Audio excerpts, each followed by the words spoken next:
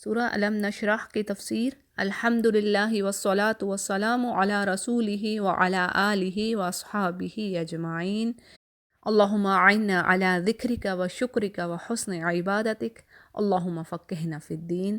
اللہ سے دعا ہے کہ اللہ تعالی ہمیں اپنا ذکر کرنے کی، شکر کرنے کی توفیق عطا فرمائے اور ہمارے سینوں کو دین کی سمجھ کے لیے کھول دے اور اس پر عمل کرنے کی توفیق دے، آمین یا رب۔ اعوذ باللہ من الشیطان الرجیم، بسم اللہ الرحمن الرحیم۔ سورہ علم نشرح کے بیک گراؤنڈ کو دیکھیں تو اس کے سبجیکٹ سے ہمیں پتہ چلتا ہے کہ یہ سورہ ضحیٰ سے ملتی جلتی ہے۔ جیسے کہ روایت سے پتہ چلتا ہے کہ عبداللہ بن عباس رضی اللہ عنہ فرماتے ہیں کہ یہ مکہ معظمہ میں سورۃ الضحیٰ کے بعد نازل ہوئی، اور اس کے سبجیکٹ کے بارے میں بات کی جائے تو اس کا مقصد بھی آپ صلی اللہ علیہ وسلم کو تسلی دینا ہے، اور بات یہ تھی کہ نبوت سے پہلے آپ صلی اللہ علیہ وسلم کو ان حالات کا سامنا نہیں کرنا پڑا، اور آپ کو علم بھی نہ تھا کہ ایسا ہوگا۔ یعنی جیسے ہی آپ کو نبوت دی گئی، آپ صلی اللہ علیہ وسلم کو اللہ سبحانہ تعالیٰ نے اپنا رسول چن لیا اور آپ اسلام کا پیغام پھیلانے لگے، تو کیا ہوا کہ جو آپ کے عزیز تھے، جو آپ کے دوست تھے، وہ آپ کے دشمن ہو گئے۔ جہاں پر آپ صادق اور امین سمجھے جاتے تھے، یعنی وہی رشتہ دار، اہل و عیال، قبیلہ اور محلے والے جو آپ کو بے انتہا عزت دیتے اور آپ کو ہاتھوں ہاتھ لیتے، وہی لوگ آپ کو گالیاں دینے لگے۔ آپ کی بات سننے کا کوئی روادار نہیں تھا، راہ چلتے آپ پر آوازیں کستے۔ تو یہ شدید مشکلات تھی جو آپ کے سامنے تھی۔ تو اس پر پہلے سورہ ضحیٰ میں آپ صلی اللہ علیہ وسلم کو تسلی دی گئی، اور آپ کے لیے 3 انعامات کا ذکر ہے سورہ ضحیٰ میں۔ یعنی وہاں پر اللہ کیا فرماتے ہیں کہ اے نبی، کیا ہم نے آپ کو یتیم نہیں پایا اور پھر آپ کو جگہ دی، اور کیا ہم نے آپ کو راہ سے بھولا نہ پایا اور آپ کو ہدایت دی، اور آپ فقر کی حالت میں تھے اور اللہ سبحانہ تعالیٰ نے آپ کو غنی کر دیا۔ تو یعنی یہ 3 انعامات تھے جو سورہ ضحیٰ میں مینشن کیے۔ اب اللہ سبحانہ تعالیٰ مزید 3 احسانات جتلا رہے ہیں، اور وہ کون سے 3 احسانات ہیں؟ نمبر 1 کہ اللہ فرماتے ہیں کہ اے نبی، آپ کا ہم نے شرح صدر کیا، یعنی آپ کا سینہ کھول دیا ہدایت کو لینے کے لیے۔ دوسری یہ نعمت کہ آپ کے اوپر سے ہم نے وہ بھاری بوجھ اتار دیا جو نبوت سے پہلے آپ کی کمر توڑے ڈال رہا تھا۔ اور تیسری عظیم نعمت کہ اللہ نے آپ کا ذکر بلند کر دیا، جو کہ آپ سے بڑھ کر تو دور کی بات ہے، آپ کے برابر بھی کسی بندے کو نہیں ملا، کسی نبی کو یہ مقام حاصل نہیں ہوا جو اللہ سبحانہ تعالیٰ نے آپ کو دے دیا، آپ کا ذکر بلند کر دیا۔ ابھی اس کی ہم ڈیٹیل دیکھیں گے۔ تو بات یہ ہے کہ یہ چیزیں اس سورہ میں ڈسکس ہوئی ہیں، اور آگے اللہ سبحانہ تعالیٰ اپنے رسول کو تسلی دلاتے ہیں کہ دیکھیں مشکلات کا دور بھی ختم ہونے والا ہے، اور ایسا ہرگز نہیں ہے کہ رات ہی رہے، یعنی ایسا نہیں ہوتا، رات کے بعد دن ہے، ہر تنگی کے ساتھ آسانی ہے، ان مع العسر یسرا، اگر ایک تنگی آ رہی ہے تو پیچھے 2 آسانیاں ہیں۔ تو جی یہ تھی کچھ وضاحت اس کے سبجیکٹ کے حوالے سے۔ پہلی آیت کو دیکھتے ہیں۔ الم نشرح لک صدرک، اے نبی، کیا ہم نے آپ کا سینہ کھول نہیں دیا؟ اور اس آیت کی وضاحت میں بات یہ ہے کہ اللہ اپنے نبی کو فرما رہے ہیں کہ اے نبی، اگرچہ آپ کو مشکلات نے گھیرا ہوا ہے اور اسلام کا ابتدائی دور بہت ہی سخت ہے آپ کے لیے، لیکن کیا اللہ نے آپ پر یہ عنایت، یہ کرم نہیں کیا کہ آپ کا سینہ کھول دیا دین کی سمجھ کے لیے؟ اور اس کے بعد کے پھر احسانات ہیں۔ اور سینہ کھول دینے کے 2 معنی آتے ہیں تفسیر میں۔ یعنی ایک بات تو یہ کہ سینے کا منور ہونا، فراغ ہو جانا، تاکہ حق بات واضح ہو جائے اور دل میں سما بھی جائے۔ یعنی ایک تو حق بات واضح ہوگی، سمجھ آ گئی کہ ہاں یہی حق ہے، اور اس کے بعد دل اس کو قبول کر لے، وہ دل میں کھب جائے، دل اس پر ٹھک جائے کہ ہاں یہی میرا رب ہے، یہی حق ہے، اور یہی راستہ مجھے فلاح کی طرف لے جانے والا ہے۔ اور یہ اللہ کا بڑا فضل ہے، یعنی دین کی سمجھ آ جانا اور دین پہ دل ٹھک جانا۔ یعنی جیسے اللہ سبحانہ تعالیٰ قرآن کریم میں فرماتے ہیں فَمَن يُرِدِ اللَّهُ أَن يَهْدِيَهُ يَشْرَحُ صَدْرَهُ لِلْإِسْلَامِ، یعنی یہ اللہ کی بہت بڑی نعمت ہے، فضل ہے کہ ہدایت پا جانا۔ اور اس آیت کا ترجمہ ہے سورۃ الانعام کی آیت ہے، آیت نمبر 25 میں اللہ کیا فرماتے ہیں کہ جس کو اللہ ہدایت سے نوازنے، یعنی کہ جس کو اللہ ہدایت دینے کا ارادہ کرتے ہیں تو کیا کرتے ہیں، اس کا سینہ اسلام کے لیے کھول دیتے ہیں، یعنی وہ اسلام کو دین حق کے طور پر پہچان لیتا ہے، اس کو سمجھ آ جاتی ہے اور وہ اس کو قبول کر لیتا ہے۔ یہ ہے شرح صدر، دل کا ایمان کے لیے، دین اسلام کے لیے کھل جانا اور پھر اس پر عمل کرنا۔ پھر اسی طرح ایک حدیث کے الفاظ ہیں کہ آپ صلی اللہ علیہ وسلم نے فرمایا کہ جس کے ساتھ اللہ بھلائی کا ارادہ کرتا ہے اس کو دین کی سمجھ دے دیتا ہے. دیکھ لیں. اور ہماری کیا سوچیں ہوتی ہیں، جس کو اللہ نے مال و دولت سے نوازا ہے بس اس کے ساتھ بھلائی ہو گئی ہے، اور جس کے پاس دنیا کی خوشحالی نہیں، مال و دولت نہیں ہے، چاہے وہ کتنا ہی نمازی ہے، کتنا ہی وہ پرہیزگار ہو، اس بیچارے کو مسکین ہی سمجھا جائے گا. یعنی ہم ظاہری دنیا کو دیکھ رہے ہیں نا. اب دیکھیں یہ بات سورۃ القصص میں بڑی خوبصورتی سے اللہ نے جو انسانوں کی خصلت ہے اس کے بارے میں بات کر دی ہے. جیسے سورۃ القصص میں قارون کا قصہ بیان ہوا ہے، اور وہ موسیٰ علیہ السلام کی قوم میں سے تھا، جیسے کہ اللہ سبحانہ وتعالیٰ فرماتے ہیں اِنَّ قارون کان من قوم موسیٰ فبغى علیہم. یعنی اگرچہ وہ موسیٰ علیہ السلام کی قوم میں سے ہی تھا، لیکن کیا تھا کہ وہ اپنی ہی قوم پر ظلم کرنے لگا، اور اللہ نے اس کو اس قدر خزانے دے رکھے تھے کہ کئی طاقتور لوگ بمشکل اس کی چابیاں اٹھاتے، اس کی جو کنجیاں، یعنی خزانوں کی جو کنجیاں تھیں، جو چابیاں تھیں، اس کو اٹھاتے. اب کیا تھا کہ اگرچہ کچھ نیک لوگوں نے یہ بات کہی کہ اللہ نے تجھے یہ دے رکھا ہے تو اس پر اب اترا مت، اور اللہ اترانے والوں سے محبت نہیں کرتا، اور جو کچھ اللہ نے تجھے دے رکھا ہے اب اس سے اپنے آخرت کے گھر کی تو یعنی تیاری کر، تو اس سے اپنا آخرت کا گھر بنا، اپنی دنیا کے حصے کو بھی نہ بھول، اور اللہ نے جس سے تیرے ساتھ احسان کیا تو بھی احسان کر لوگوں کے ساتھ. لیکن اب کیا تھا اس کی اکڑ کہ اس نے کہا کہ یہ جو سب کچھ مجھے ملا یہ تو میرے کسب و تجارت ہو، جو مجھے فن آتا ہے، یہ دولت سب اسی کا نتیجہ ہے.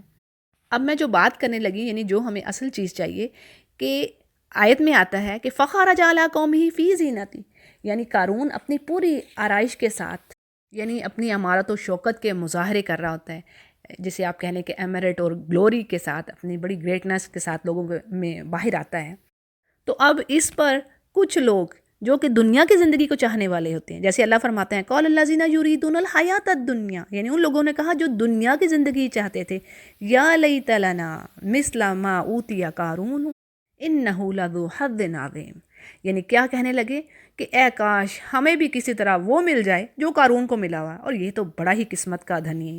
یعنی آج اپنی زبان میں ہم کہیں گے کہ کیسا لکی پرسن ہے بھی، کہ اس کو تو اللہ نے بہت دے رکھا ہے دنیا کا.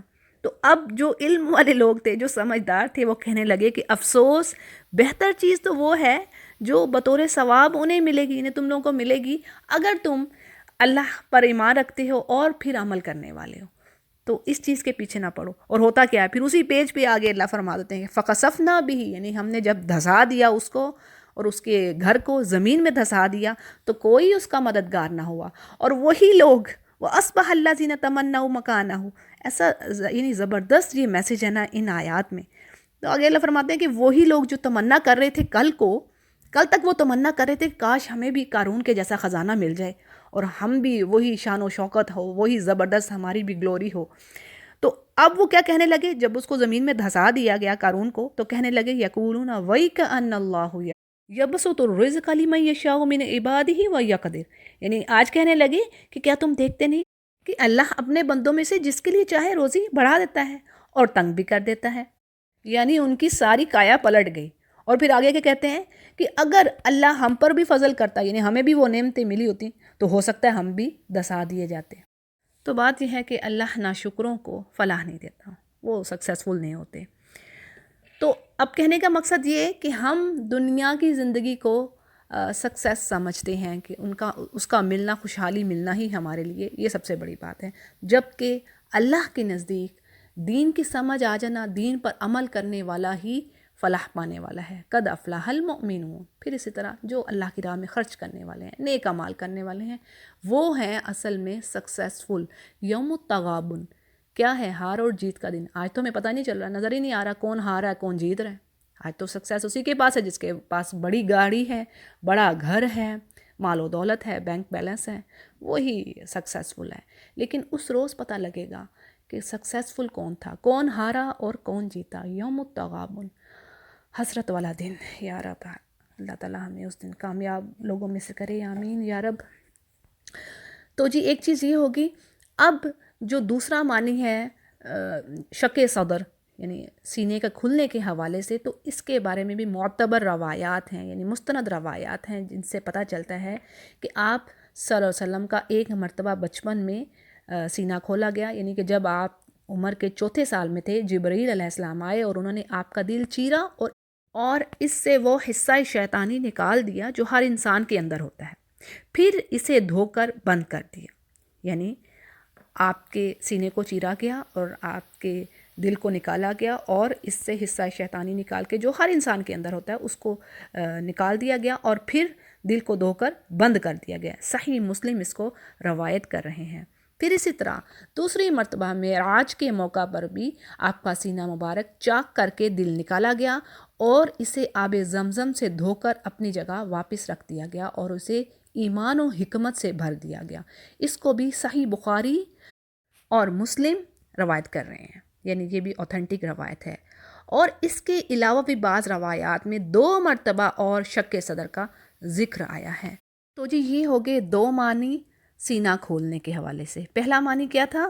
یعنی دین کی سمجھ حاصل ہونا، جیسے کہ سورہ طٰہٰ میں موسیٰ علیہ السلام کے یہ الفاظ ہمیں ملتے ہیں، رب اشرح لی صدری ویسر لی امری۔ پڑھتے ہیں نا اس دعا کو، کثرت سے ہم پڑھتے ہیں کہ اے میرے رب میرا سینہ میرے لیے کھول دے اور میرا کام میرے لیے آسان کر دے۔ یعنی یہاں پر سینے کی تنگی سے مراد نبوت کے عظیم بوجھ کو اٹھانے کی توفیق اور اسٹرینتھ مانگ رہے ہیں اللہ سبحانہ تعالیٰ سے۔ تو شرح صدر سے مراد یہ ہے کہ آدمی کا حوصلہ بلند ہو جائے، کسی بڑی سی بڑی مہم یا مشن پر جانے اور کسی سخت سے سخت کام کو بھی انجام دینے کی اس میں اسٹرینتھ آ جائے، قوت آ جائے۔ تو یہ ہو گیا ایک معنی شرح صدر کا، اور دوسرا معنی شرح صدر جو کہ روایات کے مطابق میں نے آپ کے آگے رکھ دیا کہ نبی کریم صلی اللہ علیہ وسلم کے سینہ کو چاک کیا گیا تھا۔ اگلی آیات کو دیکھتے ہیں، وَوَضَعْنَا عَنْكَ وِزْرَكَ، یعنی اے نبی آپ سے ہم نے آپ کا بوجھ اتار دیا۔ اور یہ بوجھ کون سا تھا؟ اس کی وضاحت میں مفسرین کی رائے یہ ہے کہ یہ بوجھ نبوت سے قبل، یعنی نبوت سے پہلے 40 سالہ زندگی جو آپ سے نے گزاری اس کے متعلق ہے۔ یعنی اس دور میں اگرچہ اللہ نے آپ کو گناہوں سے محفوظ رکھا ہے، یعنی آپ نے کسی بت کے سامنے سجدہ نہیں کیا، کبھی شراب نوشی نہیں کی، اور دیگر برائیوں سے بھی آپ بچے رہے، جبکہ آپ کے سامنے بت پوجے جا رہے تھے، اور ہر طرف معاشرے میں برائیوں کا، گندگیوں کا، بے حیائی کا اور مشرکانہ رسومات کا بازار گرم تھا۔ یعنی یہ کام اپنی عروج پر تھا، اور معاشرے میں ظلم اور معاملات میں فساد عام تھا، اور کس طرح لڑکیوں کو زندہ دفن کیا جا رہا تھا، اور قبیلوں پر جو زبردست قبیلے ہوتے، یعنی جو طاقت والے ہوتے، وہ کمزوروں پر زیادتیاں کرتے، ان کو دباتے، اور اسی طرح بعض اوقات 100 برس تک انتقامی لڑائیوں کا سلسلہ بھی چلتا رہتا۔ تو بات یہ تھی کہ اگرچہ آپ صلی اللہ علیہ وسلم کا دامن ان برائیوں سے پاک تھا، آپ صادق اور امین تھے اس وقت میں بھی، لیکن پھر بھی اللہ کی عبادت اور اس کی اطاعت، یعنی ایک اللہ کی ورشپ کرنا اور اس کی اوبیڈینس میں رہنا، آپ کو اس چیز کا علم نہ تھا، اور اسی لیے آپ کے دل و دماغ پر اس 40 سالہ عدم عبادت، یعنی کہ جو آپ نے عبادت نہیں کی، جو اوبیڈینس نہیں کی، اس کا بوجھ تھا، جو کہ حقیقت میں تھا تو نہیں، لیکن آپ کے احساس اور شعور میں یہ بات تھی، اور جسے اللہ نے اتار دینے کا اعلان کر دیا اور آپ پر احسان فرمایا۔ اور کچھ ایسا ہی مفہوم ہمیں سورۃ الفتح میں ملتا ہے، جیسے کہ اللہ سبحانہ تعالیٰ فرماتے ہیں لِيَغْفِرَ لَكَ اللَّهُ مَا تَقَدَّمَ مِن ذَنبِكَ وَمَا تَأَخَّرَ، یعنی اے نبی اللہ نے آپ کی تمام اگلی اور پچھلی خطاؤں کو سب کو معاف کر دیا ہے، اور آپ تو ہیں ہی پرفیکٹ معصوم چلتا پھرتا قرآن ہے آپ تو، اور یہ خطا پھر وہی بات ہوگی کہ یہ آپ صلی اللہ علیہ وسلم کے شعور میں تھی، ورنہ یہ بھی حقیقت میں کوئی خطا نہ تھی جو کہ نبوت سے پہلے کی بات ہے۔ پھر اسی طرح بعض مفسرین یہ کہتے ہیں کہ یہ نبوت کا بوجھ تھا اصل میں، جسے اللہ سبحانہ تعالیٰ فرما رہے ہیں نا وَوَضَعْنَا عَنْكَ وِزْرَكَ، یعنی یہ نبوت کا بوجھ تھا جسے اللہ نے ہلکا کر دیا۔ یعنی ان شارٹ دین اسلام کو پھیلانے میں جو پریشانیاں، جو مشکلات آپ فیس کر رہے تھے، ان کو دور کر دیا، ہلکا کر دیا، اور دعوت و تبلیغ کے کام میں اللہ نے آسانی کر دی۔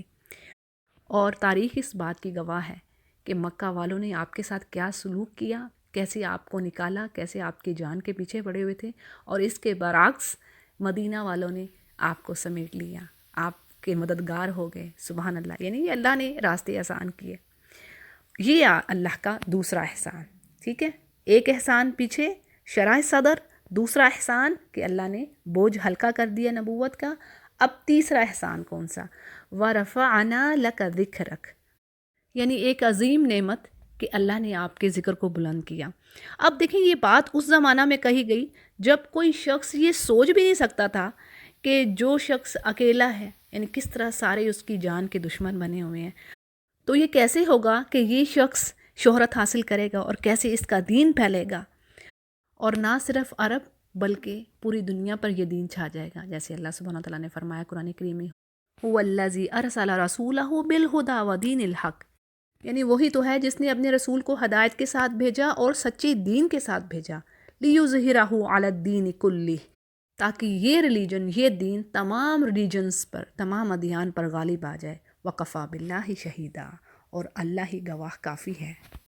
اور بات یہ ہے کہ نہ صرف عرب میں کچھ ہی عرصہ میں اسلام پھیل گیا، کلمہ حق ہر طرف گونج اٹھا، بلکہ پھر ایک ایسی سٹیج آئی، یعنی ایک ایسا مرحلہ آیا جہاں پر خلافت راشدہ کے دور کا آغاز ہوا اور آپ کا نام مبارک تمام روئے زمین میں بلند ہونا شروع ہو گیا. اور یہ سلسلہ آج تک بڑھتا ہی جا رہا ہے اور انشاءاللہ قیامت تک بڑھتا چلا جائے گا. اور آج دیکھیں دنیا میں کوئی ایسی جگہ نہیں جہاں مسلمانوں کی کوئی بستی موجود نہ ہو اور دن میں 5 مرتبہ اذان میں آپ صلی اللہ علیہ وسلم کی رسالت کا اعلان نہ کیا جا رہا ہے، یعنی کہ آپ کیا ہیں، آپ اللہ کے نبی ہیں، اللہ کے رسول ہیں. تو بات یہ ہے کہ آپ کے ذکر کا بلند ہونا، یعنی اس سے مراد جہاں اللہ کا نام آ رہا ہے وہیں آپ کا نام، جیسے اذان میں، نماز میں اور بہت سے دوسرے مقامات پر. اور اس طرح پچھلی کتابوں میں بھی تو آپ صلی اللہ علیہ وسلم کا ذکر ہمیں ملتا ہے نا. سورہ صف میں ہم پڑھتے ہیں نا کہ عیسیٰ علیہ السلام نے کیا فرمایا تھا اپنی قوم کو کہ اے میری قوم، میرے پیچھے یعنی میرے بعد میں ایک نبی آنے والا ہے اور اس کا نام احمد ہے. اور اسی طرح آپ صلی اللہ علیہ وسلم کا حلیہ مبارک اور آپ کی جو صفات ہیں، جو آپ کی کوالٹیز ہیں، ان کا تذکرہ بھی ہے، ان کے بارے میں بھی مینشن ہے پچھلی کتابوں میں. اور اسی طرح فرشتوں میں بھی آپ کا ذکر خیر ہے. اور پھر آپ صلی اللہ علیہ وسلم کی اطاعت کو اللہ نے اپنی اطاعت قرار دے دیا ہے. کئی جگہ پر قرآن کریم میں اللہ سبحانہ تعالیٰ فرما رہے ہیں وَأَطِیعُوا اللَّهَ وَأَطِیعُوا الرَّسُولَ، یعنی اللہ کی پیروی کرو اور رسول کی. اور سورہ نور میں اللہ سبحانہ تعالیٰ فرما رہے ہیں کہ اے ایمان والو، نماز پڑھو، زکوٰۃ ادا کرو اور رسول کی پیروی کرو، رسول کو فالو کرو. وَأَطِیعُوا الرَّسُولَ لَعَلَّکُمْ تُرْحَمُونَ، تاکہ تم پر رحم کیا جائے. اور بات یہ ہے کہ اللہ نے واضح کر دیا قرآن کریم میں کہ اے نبی ان ایمان والوں سے کہہ دیجئے کہ اگر یہ مجھ سے محبت رکھتے ہیں، یعنی مجھ تک آنا چاہتے ہیں، تو یہ آپ کو فالو کریں، آپ کی سنت کو فالو کریں. اب دیکھیں عبادت کیا ہے، خالی یہ نہیں منہ اٹھا کے ہر چیز کو ہم نے کہنا ہے کہ یہ کر لیے. اب جو نبی نے کر دکھایا طریقہ کار، جو سنت ہے، فالو اسے کرنا عبادت کے لیے. اگر نبی نے 1 رکعت میں 2 سجدے کیے ہیں، ہم 3 نہیں کر سکتے اور ہم اس کو نیکی نہیں سمجھ سکتے. نیکی وہی ہوگی جو رسول نے کر دکھائی ہے یا جو ہمیں بتا دی، یعنی جو سنت ہے، اور اس سے آگے بڑھ کر کچھ کام نہیں کرنا، چاہے وہ نیکی کا کام ہی ہو. جتنا رسول نے کہہ دیا، کر دیا، بس اتنا ہی کرنا ہے. There is no any other way to get success. یعنی نیکی وہی قبول ہوگی جو سنت کے مطابق کی ہوگی اور خالص اللہ کی رضا کے لیے، اس کو خوش کرنے کے لیے، دوسروں کو خوش کرنے کے لیے نہیں.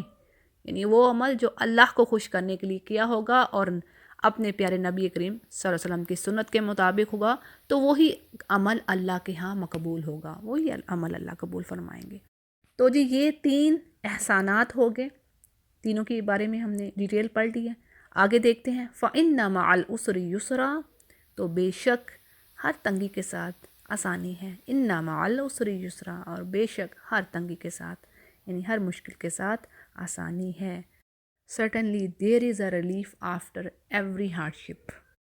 اور بات یہ ہے کہ اگرچہ کہا تو آپ صلی اللہ علیہ وسلم سے جا رہا ہے کہ یعنی آپ کو خوشخبری دی جا رہی ہے کہ جو تکلیفیں، جو پریشانیاں آپ، جو ہارڈشپس آپ فیس کر رہے ہیں، یہ عنقریب ختم ہو جائیں گی اور ان کے ساتھ آسانی ہے. اللہ آپ کو جلد ہی آسانی سے نوازے گا. سو ایسا ہی ہوا. اور صحابہ کے لیے بھی یہ خوشخبری تھی.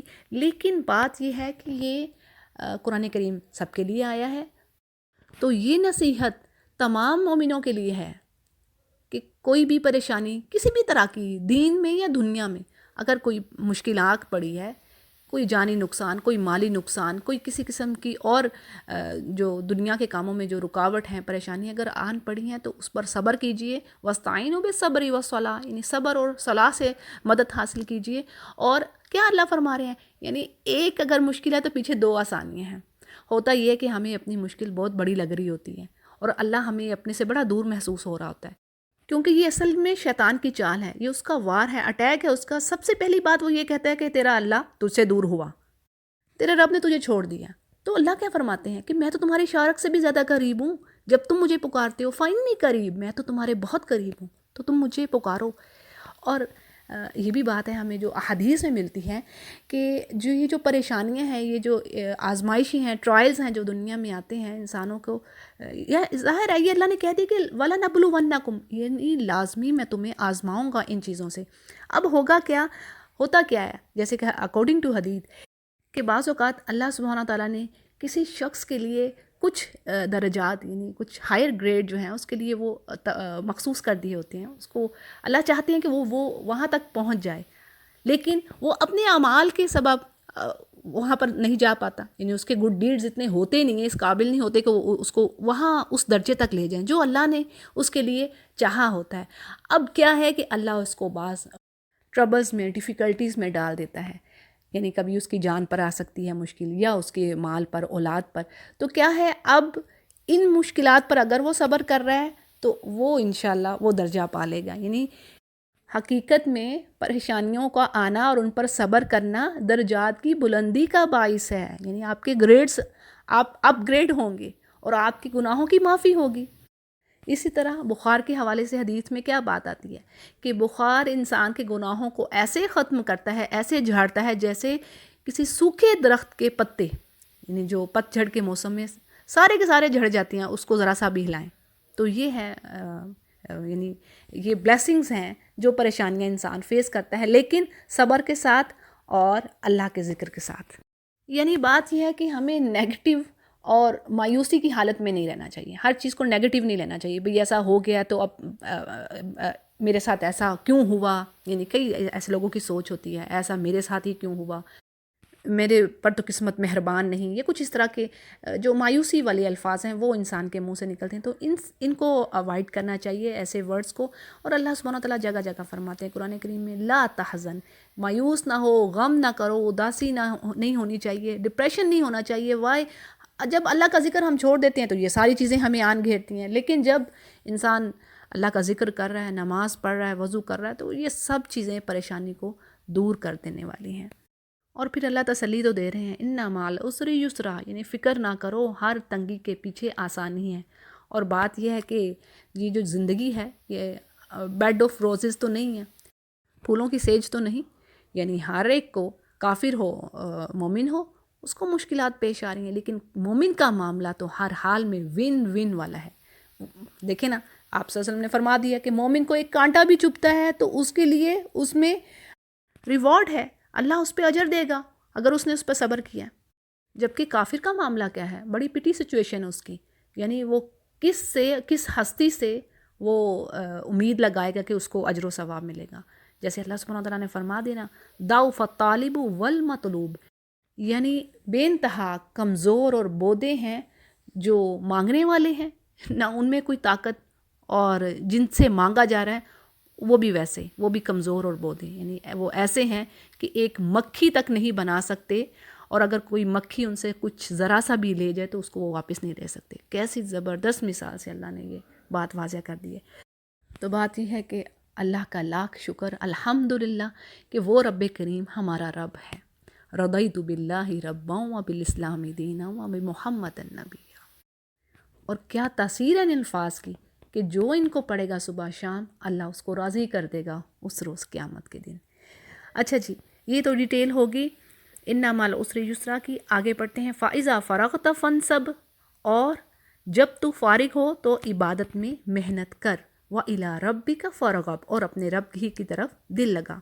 یہ بڑی ہی اہم نصیحت ہے، بڑی زبردست ایڈوائز ہے، اگرچہ آپ صلی اللہ علیہ وسلم سے کہا جا رہا ہے لیکن یہ بات ہم سب کے لیے، یعنی کیا ہے کہ جب آپ فارغ ہیں، یعنی جو آپ کی مصروفیت تھی آپ نے ان کو پورا کر لیا، اب آپ کے پاس فری ٹائم ہے، اس ٹائم کو اللہ کی عبادت میں لگائیں، اللہ کے دین کی سمجھ حاصل کریں، اللہ کے لیے وقف کریں اپنے اس وقت کو، اور اپنے وقت کی بربادی نہ کریں۔ یعنی اللہ سبحانہ تعالیٰ نے فرما دیا نا کہ میں دنیا تو تمہیں دی ہے، کس لیے تم دنیا میں آئے، کس لیے ہو، لیبلوکم ایکم احسن عملا، یعنی تم میں سے کون سے لوگ اچھے اعمال کرنے والے ہیں۔ اور یہ دنیا چند روزہ زندگی ہے، آج جو ہم کر جائیں گے وہی ہم اس پالیں گے اس کو قیامت کے روز. تو آج جو اپنے وقت کو ضائع کر گیا.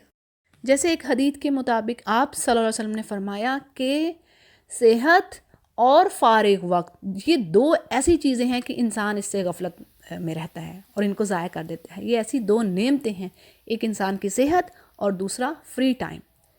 اور آج دیکھیں ہم ان دونوں نعمتوں کو خوب اچھے طریقے سے ضائع کر رہے ہیں، ان کو لٹا رہے ہیں. نہ اپنی صحت کا خیال، ہر طرح کا جنک فوڈ ہم کھا رہے ہیں، طیب جو اللہ نے غذا کی ہے وہ ہم سے کھائی نہیں جا رہی. اور دوسری طرف جو اپنا جو فری ٹائم ہے، یہ جو لیئر ٹائم ہے، اس کو فضول چیزوں میں ضائع کر رہے ہیں. یہ میڈیا یہ ہمارے لیے بربادی کا ایک بہت بڑا ذریعہ ہے. بس لگا ٹائم کو کل کرنا، جی ٹائم کل کر رہے ہیں، بلکہ ٹائم انسانوں کو کل کر رہے ہیں. اور جہاں چلے جائیں، مردوں کو دیکھیں، عورتوں کو دیکھیں، ٹین ایجرز کو دیکھیں، ہر طرف حال یہ ہے. ایون پریشانی یہ آتی ہے ٹین ایجرز کا، تو انسان کہتا ہے کہ چلیں جی کچھ وقت ہے، تھوڑا سا ان کو ذرا وقت دیا جائے، ان کا عذر دیکھا جائے، ایکسکیوز ان کا لیا جائے. لیکن جو خواتین و مرد 30 سال اسے ابو ہو رہے ہیں یا اس ایج پہ آ گئے ہیں، 28 29 30، یعنی یہ اب ایج ہے اللہ کی طرف آنے کی. اب آپ کو سمجھ حاصل ہونی چاہیے کہ میں نے اپنے فری وقت کو کچھ اپنے لیے فائدہ مند چیز کر لوں. لیکن بات وہی ہے کہ شیطان پورا زور لگائے ہوئے ہے کہ جنت کی طرف جانے نہیں دینا، اس راستے کی طرف نہیں جانے دینا. شوق ہی نہیں اٹھتا کہ قرآن کریم کو پڑھ لیں، کوئی سمجھ حاصل کر لیں، یا پھر فارغ وقت میں تسبیحات ہی کر لیں. یعنی ہمارے دل آج ایسے سخت ہو گئے ہیں، اللہ تعالیٰ ہمیں معاف کرے. جیسے اللہ سبحانہ وتعالیٰ نے فرما دیا ہے جو پچھلی قوموں کے ساتھ ہوا کہ جب ان پر ایک لمبا عرصہ گزرا تو ان کے دل ایسے سخت ہو گئے کہ جیسے پتھروں سے بھی زیادہ.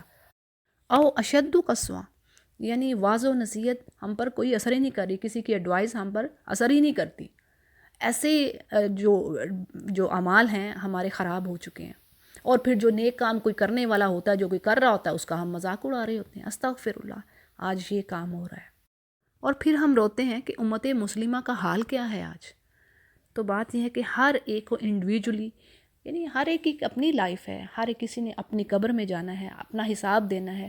اس کو اپنی لائف کے لیے اچھے اعمال کو اکٹھا کر لینا چاہیے، اللہ کی راہ میں خرچ کر دینا چاہیے. یعنی چھوٹی سی چھوٹی نیکی بھی اس کو بھی ہلکا نہ جانیں، انڈر ایسٹیمیٹ نہ کریں. اور پھر بات وہی ہے کہ جیسے کہ جو مائیں اور بہنیں گھروں میں اللہ کا ذکر کر رہی ہیں، اپنے وقت کو بہترین جگہ پر لگا رہی ہیں، قرآن کریم کی تلاوت میں مشغول ہیں، سیکھ رہی ہیں، سکھا رہی ہیں، تو انشاءاللہ اللہ دنیا اور آخرت کی خوشحالیاں اور بھلائیاں ان کو ضرور عطا کرے گا. ایسا نہیں ہے، اللہ نے کہہ دیا کہ میں کسی کے اجر کو ضائع کرنے والا نہیں ہوں. ہرگز نہیں اللہ ضائع کرتا اجر کو، بلکہ وہ تو بڑا قدردان ہے. اور پھر ہمیں چاہیے کیا کہ ہم پیار سے، حکمہ سے اپنے اراؤنڈ کے جو لوگ ہیں، جو ہم خود سیکھ رہے ہیں، کر رہے ہیں، اور اپنے جو اراؤنڈ کے جو لوگ ہیں، جو ہمارے پیارے ہیں، ان تک یہ میسیج ضرور کنوے کرنا ہے. پیار سے، حکمہ سے ان کو اللہ کی طرف لانا ہے. کیونکہ ایک تو یہ ہم پر فرض ہے، اور دوسرا ہم اپنے پیاروں کے لیے کوئی مشکل دیکھ نہیں سکتے. تو یہ ہمارا اپنا ہی فائدہ ہے. اور اللہ سے ہم دعا گو ہیں کہ اللہ تعالیٰ ہمیں برائیوں سے بچائے، بھلائیوں کی طرف لے کے جائے، اور ہمیں اپنے وقت کا زبردست استعمال کرنے کی توفیق عطا فرمائے. تو جی سورہ کی تفسیر مکمل ہوئی. وآخر دعوانا ان الحمد للہ رب العالمین.